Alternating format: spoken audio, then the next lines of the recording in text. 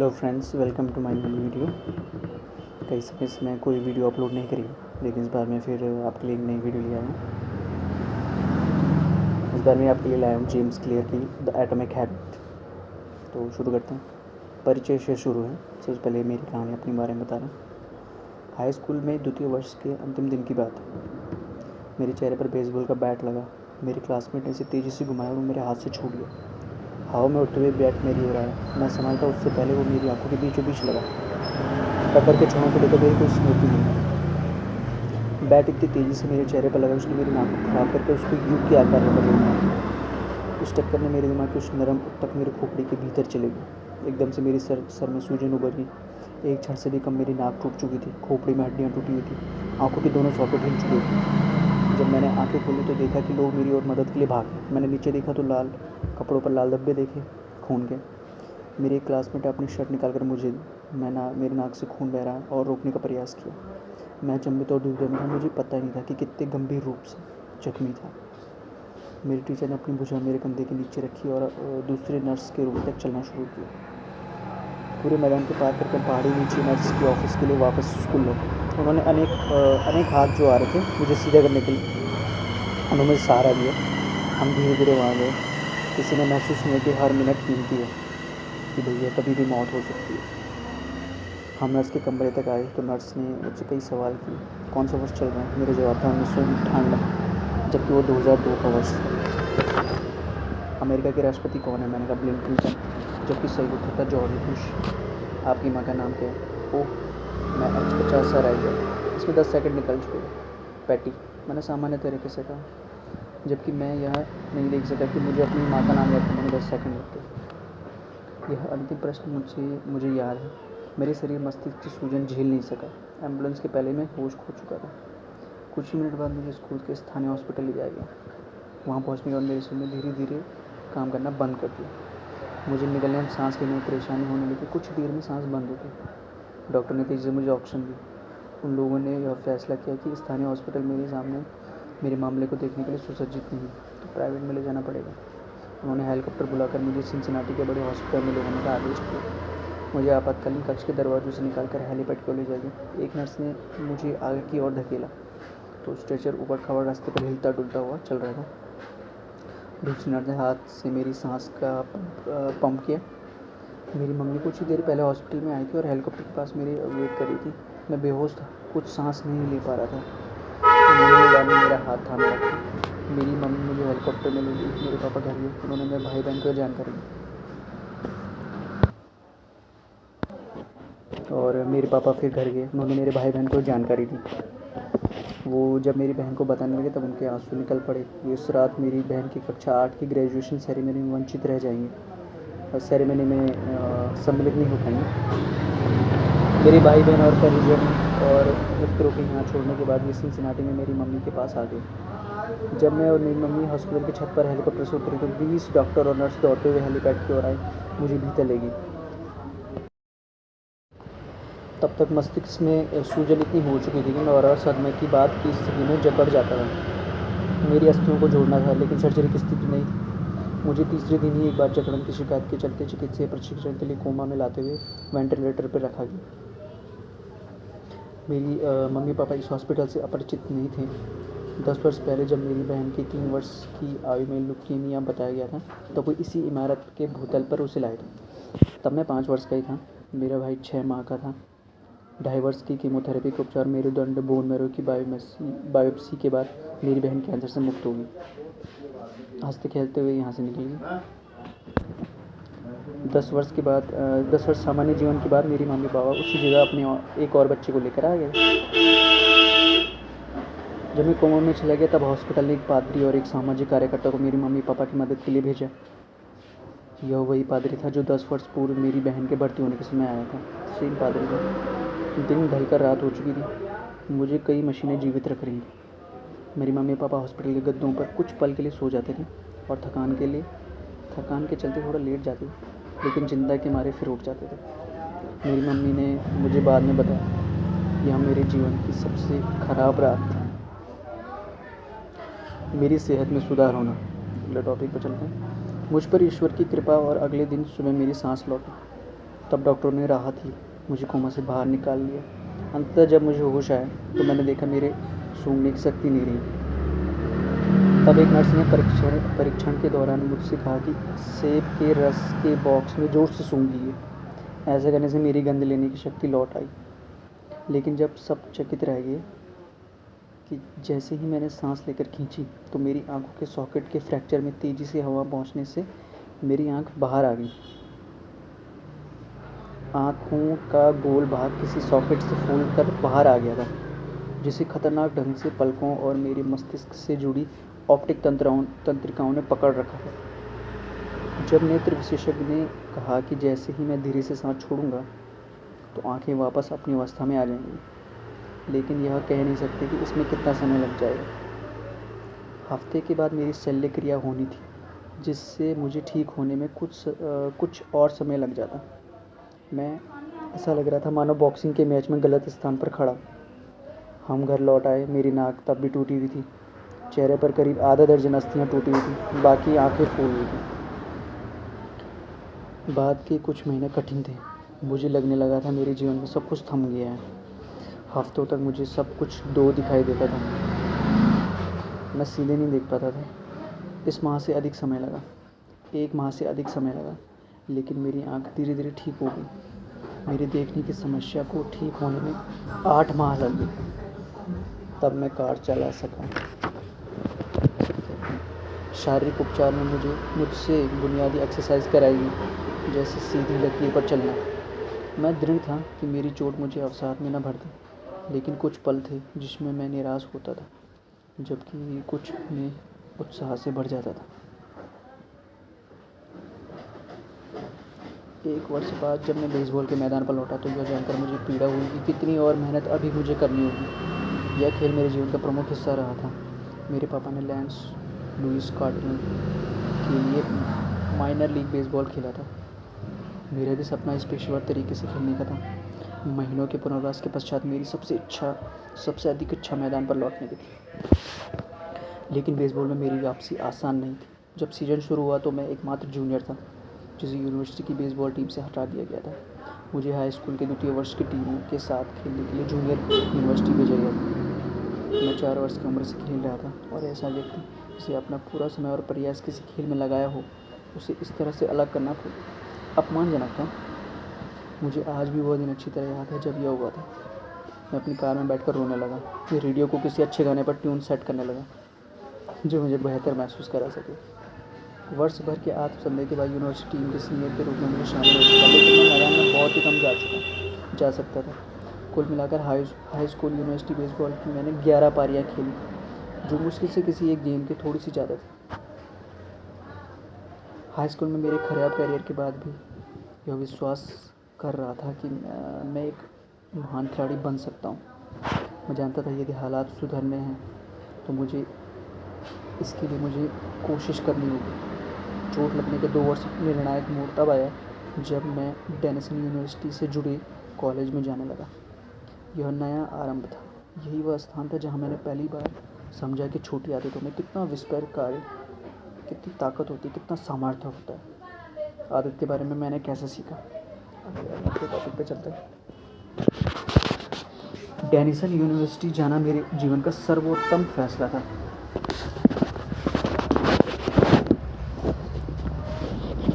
मुझे baseball team में स्थान मिला। हालांकि मैं सबसे नीचे रोस्टर में फ्रेशमैन के रूप में था, तो भी रोमांचित था। हाई स्कूल के मेरे वर्षों में उथल पुथल के बावजूद मैं कॉलेज में एथलीट बन गया। बेसबॉल टीम में मेरी जल्द शुरुआत होने वाली नहीं थी, तो मैंने जीवन की व्यवस्थित करने में ध्यान देना शुरू कर दिया। मेरे मित्र देर रात तक जगते थे, वीडियो गेम खेलते थे। मैंने रात को जल्दी सोने की आदत बना ली। कॉलेज छात्रावास की अस्त व्यस्त दुनिया में मैं अपने कमरे को साफ सुथरा व्यवस्थित रखता था। ये छोटे सुधार थे, लेकिन इन्होंने मुझे अपने जीवन पर नियंत्रण रखना सिखा दिया। मैं दोबारा आत्मविश्वास का अनुभव करने लगा। यह बढ़ता आत्मविश्वास मेरी क्लास में भी दिखा, क्योंकि एक चीज़ में अगर आप सुधार कर रहे हैं तो वो हर जगह दिखता है। मेरी अध्ययन की आदतें सुधर गई और फर्स्ट ईयर में मुझे लगातार ए ग्रेड्स मिली। आदत एक दिनचर्या या व्यवहार जो नियमित रूप से प्रदर्शित होती है। ज़्यादातर मामलों में स्वतः ही हो जाता है। जैसे जैसे हर सेमेस्टर पास करता गया, वैसे वैसे मैं छोटी छोटी आदतों को निरंतर जोड़ता गया। ये आदतें अंततः मुझे ऐसे परिणाम की ओर ले गई जो उस समय अकल्पनीय थे जब मैंने शुरुआत की। उदाहरण के लिए, जीवन में पहली बार मैंने हर हफ्ते कई दफ़ा लाइट वेट लिफ्टिंग करने को अपनी आदत में शामिल कर लिया। बाद के वर्षों में यह सिलसिला जारी रहा। इस दौरान मेरी 6 फीट 4 इंच की काया 170 पाउंड मतलब 77 किलो से बढ़कर 91 किलो हुई। जब द्वितीय वर्ष के सत्र की शुरुआत हुई तो मुझे एक भूमिका पिचिंग स्टाफ में मिल गई। जूनियर रहते हुए मैं टीम कैप्टन चुना गया और सीजन पूरा होने के लिए ऑल कॉन्फ्रेंस टीम के लिए चुना गया। लेकिन मेरे सीनियर सीजन खत्म होने पर मेरे सोने, अध्ययन और स्ट्रेंथ ट्रेनिंग की आदतों ने वास्तव में सकारात्मक परिणाम देना शुरू कर दिया। जब मुझे हेलीकॉप्टर में हॉस्पिटल ले जाया गया था और कोमा में रखा गया था, उस घटना के 6 वर्ष बाद मुझे डेनिसन यूनिवर्सिटी में शीर्ष पुरुष एथलीट चुना गया और मेरा नाम ESPN academic all America team में था। पूरे देश में यह सम्मान मात्र 33 खिलाड़ियों को दिया गया था, उसमें से मैं एक था। जब तक मैं ग्रेजुएट हुआ तब तक मेरा नाम स्कूल की रिकॉर्ड बुक में 8 श्रेणियों में दर्ज किया जा चुका था। इसी वर्ष मुझे यूनिवर्सिटी का सर्वोच्च एकेडमिक सम्मान प्रेसिडेंट मेडल भी मिला। सुनने में यदि आपको डींगे मारने जैसा लगता है तो मुझे उम्मीद है कि आप मुझे माफ़ कर देंगे। सच कहूँ तो मेरे खेल करियर में ऐसा कुछ उल्लेखनीय यश नहीं था। पेशेवर खिलाड़ी के रूप में मैं खेल नहीं पाया। हालांकि उन वर्षों को मैं पीछे मुड़कर देखता हूँ तो लगता है कि मैंने कुछ अर्जित कर लिया है जो दुर्लभ था। मैंने अपनी क्षमता को पूर्ण रूप से विकसित कर लिया और मैं मानता हूँ कि इस पुस्तक में जो विचार हैं वे क्षमताओं को पूर्ण विकसित करने में भी आपकी मदद करेंगे। हम सभी जीवन में चुनौती का सामना करते हैं। चोट लगना मेरे लिए जीवन की चुनौती में से एक था, लेकिन उसके अनुभव ने मुझे एक अहम पाठ सिखा दिया। पहले जो बदलाव छोटे और कम महत्व के लगते थे, उन्हें वर्षों करते रहने पर वे जुड़कर उल्लेखनीय परिणाम देते हैं। हम सभी नुकसान झेलते हैं, लेकिन लंबी अवधि में हमारे जीवन की गुणवत्ता अक्सर हमारी आदतों की गुणवत्ता पर निर्भर करती है। उन्हीं आदतों से आप वह परिणाम प्राप्त करते हैं, लेकिन बेहतर आदतों से कुछ भी संभव है। Anything is possible.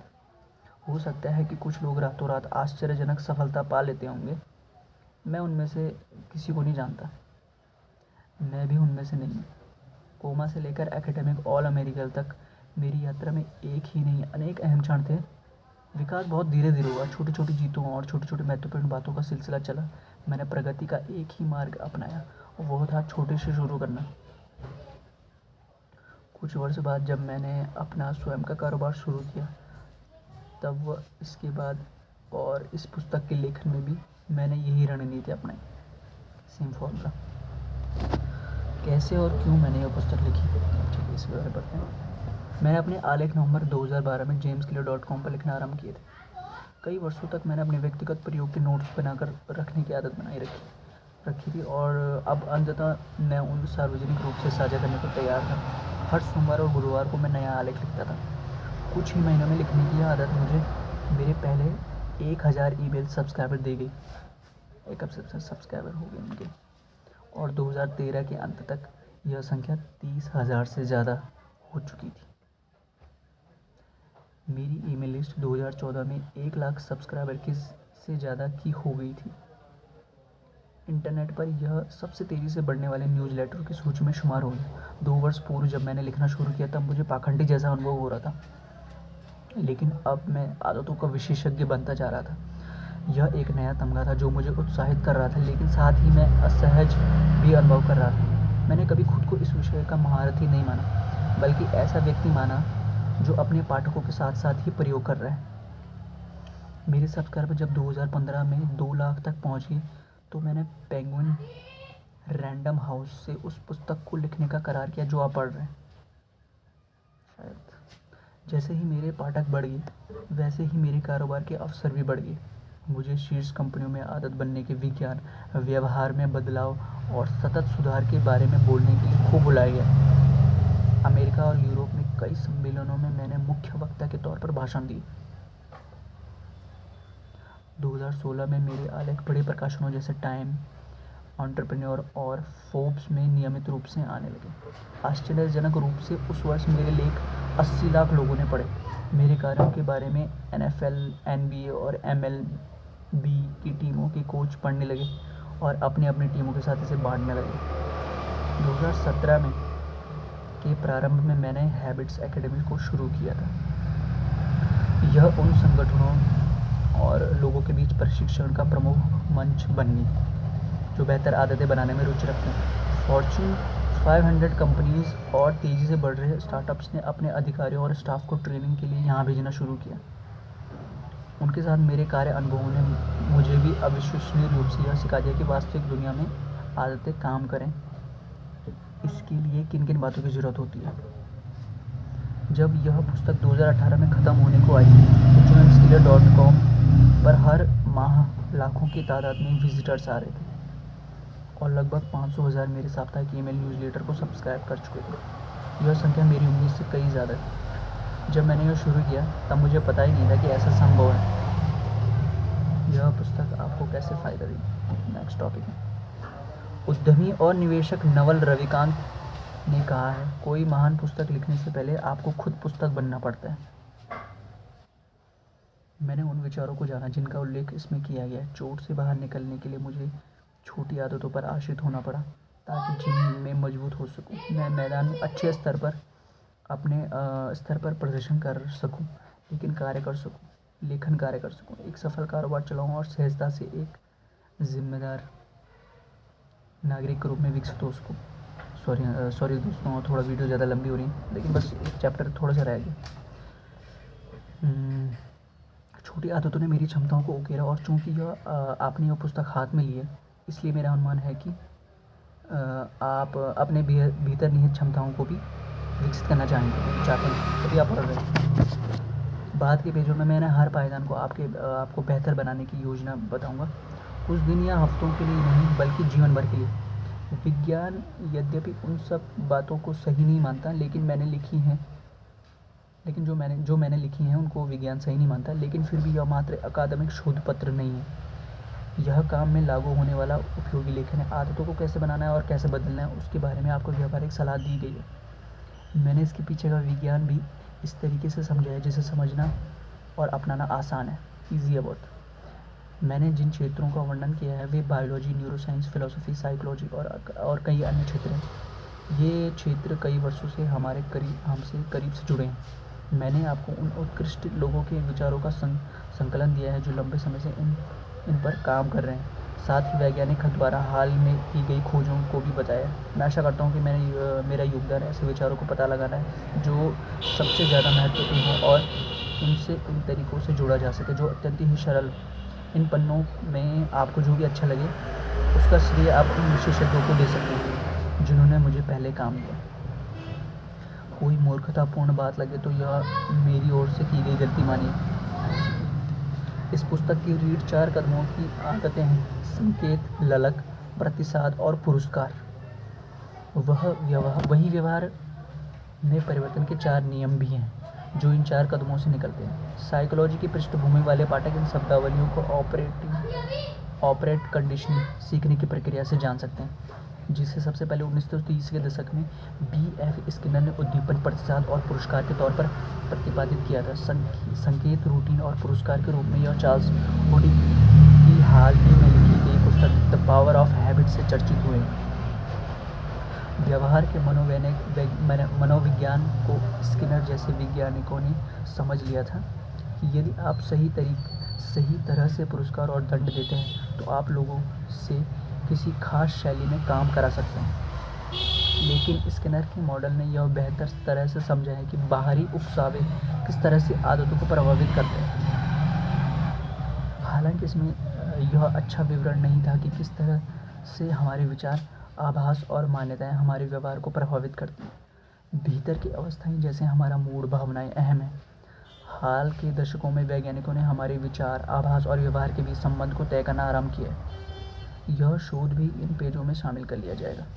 मैं जो ढांचा कुल मिलाकर पेश कर रहा हूँ आपको, वह संज्ञानात्मक, व्यवहारवादी, मनोवैज्ञानिक का एकीकृत मॉडल है। मैं मानता हूँ कि यह मानवीय व्यवहार के पहले मॉडलों में से एक है जो सटीक तरीके से बाहरी उकसावे और आंतरिक भावनाओं के हमारी आदतों पर पड़ने वाले प्रभाव को बताता है। जहाँ कुछ भाषा आप समझते होंगे, वहीं मुझे विश्वास है कि आपका आपको व्यवहार परिवर्तन के 4 नियमों का वर्णन और उनके अनुप्रयोगों से आदतों के बारे में सोचने का नया मार्ग मिलेगा। मानवीय व्यवहार हमेशा बदलता रहता है, हर परिस्थिति में, हर पल में, लेकिन यह पुस्तक उस बारे में नहीं है। यह पुस्तक उस बारे में जो बदलता नहीं है। यह मानव व्यवहार के मूल सिद्धांतों के बारे में है। ये ऐसे सिद्धांत हैं जिन पर आप वर्षों चल सकते हैं। इन विचारों से आप कारोबार, परिवार और जीवन खड़ा कर सकते हैं ईजिली। बेहतर आदतें बनाने का कोई एक मार्ग नहीं है, लेकिन यह पुस्तक आपके सर्वश्रेष्ठ उपाय बता रही है। मैं जो जानता हूँ, एक ऐसा दृष्टिकोण जो प्रभावी रहेगा, जिससे यह फ़र्क नहीं पड़ता कि आप कहाँ से शुरू करना है या आप क्या बदलना चाहते हैं। मैंने जो तरीके अपनाए हैं वे सभी सभी के लिए प्रासंगिक हैं, जो हर पायदान पर सुधार चाहते हैं, फिर भले ही उनके लक्ष्य सेहत, पैसा, उत्पादकता, संपत्ति या इन सभी पर केंद्रित हो। जब तक मानव व्यवहार का प्रश्न है, तब तक यह पुस्तक आपका मार्गदर्शन करती रहेगी। Thank you guys. ये था आपका आज का पहला चैप्टर इसका, मेरी कहानी। बाकी चैप्टर मैं आपको नेक्स्ट वीडियो में शो कर लूँगा या